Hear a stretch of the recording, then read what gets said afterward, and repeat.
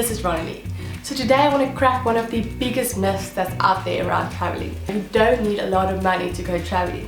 There's no need for you to sit at home and watching all your friends' social media, Facebook, Instagram posts about all their fabulous holidays and think you don't have enough money to go traveling.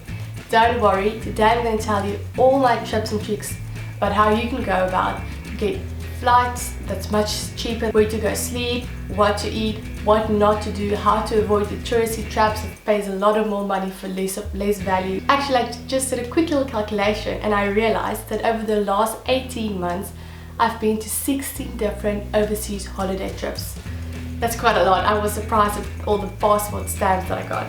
But anyway, that means I've known a thing or two about all the different ways how you can save and be a budget savvy traveler. And also it doesn't mean you have to do the backpacker route. You can still do luxury travel, but just more on a tight budget. This is actually one of my highly requested videos, so thank you very much to all my subscribers for asking this question. And if you got another question that you want to ask me, please let me know and I will try to see if I can get the answers for you. So here's my top tips, tricks and hacks to travel on a budget. Okay, flights. Big thing to save on is flights, because flights can be very expensive. There's a few flight comparison tools, websites that you have to know. My personal favorites are Skyscanner and Kayak. And basically what they do is they search all the different websites and all the different airlines and find the best price for you. There's all sorts of filters you can fill in. When you want to fly, best time of the day, how long are you willing to fly for, do you want to stop over or not. So do check that out. The other thing is also, if you don't know, if you maybe want to search for flights, but you're not going to book it immediately, and tomorrow you're going to search for the exact same flight, and the day after again, that price is going to increase because they realize that you actually really badly want to go to a certain place over a certain period of time. So on that computer, so they're going to realize there's a demand. So the trick to still save money and get that first price you first originally got when you went online is to go in incognito mode, either incognito mode or private mode. But basically that means it's you go into the website as if it's the first time you've been on that website and you get the best available price. Clever, right? Accommodation. I cannot stop telling and recommending Airbnb to everybody I know. I think it's the best invention ever. Basically what it means is you don't go stay in a hotel, which is very expensive. You go and stay in somebody's apartment or somebody's house. You can get a room or a full apartment. I normally choose to have a full apartment for myself.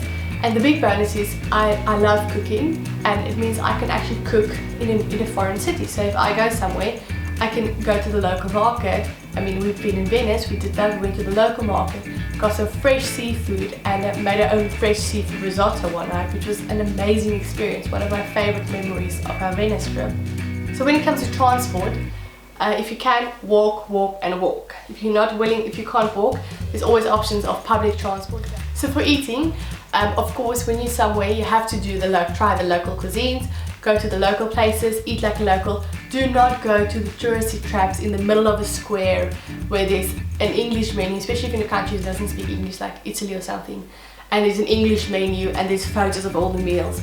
That is a tourist trap. A local place with all the best food will not have photos in English. They will only be able to speak the local language. And you'll get much more value and much better local food and a local experience.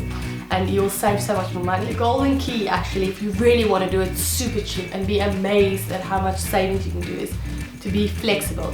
Be flexible with your flight dates, be flexible with your time that you want to travel, be flexible to where you want to go, and then you would be amazed at how many options you get for much cheaper. Something else a lot of people don't know, especially if you've been, for instance, to Europe and you pay with your card. Of course, if you have cash, it's much better, but do not draw money at the ATMs because it's very expensive. Rather draw cash, or if you have to draw cash as a once-off in a bulk payment or in bigger payments, because you pay a transaction fee on every single time you swipe your card. If you do pay with your card, sometimes I ask you in which currency do you want to pay. Do you want to pay in the local currency or in the currency that your bank card is in? For instance, if I go to Italy, they might ask me, do I want to pay in euros or in pounds? And the tip is actually to pay in euros. Always pay in the local currency, because then they don't convert it, then they pay it at a much lower rate. The big thing that people forget is train. You can travel by train, especially in Europe. You can travel anywhere by train, and it's sometimes much quicker and much cheaper to go by train. Last year, for instance, I had to go from Amsterdam to Paris, and I looked at all the different options, and I saw the cost was the same for flying to Paris or going by train, and I stupidly chose to fly. And the reason why I say stupidly was, first of all, when you fly, you have to be at the airport 2 hours in advance, and also the airport is always out of the city, so you still have to pay a taxi or some extra transport to get to the airport. And then when you get off the other side, again, you have to wait for your luggage and get off, and again go from the outskirts of the city into the city. Much more of a commotion. Whilst if you go by train, it's just so much quicker, because the train, you don't have to be there 2 hours before departure. You can literally rock up like in half an hour for safety before your flight, so you save a lot more time.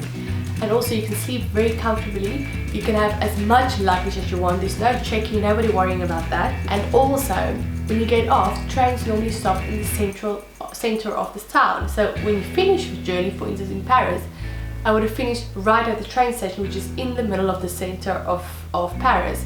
You don't have to pay anything extra to get to your hotel or anything, because you're really in the center where you want to be. So do keep in mind, there's a very good website called The Man in Seat 61, which tells you all about the different options of traveling by rail through Europe and actually all over the world. So do check that one out. This is a bit of an obvious one, but book in advance. The longer you book ahead, the more cheap the price is. So a good average is about 3 months in advance.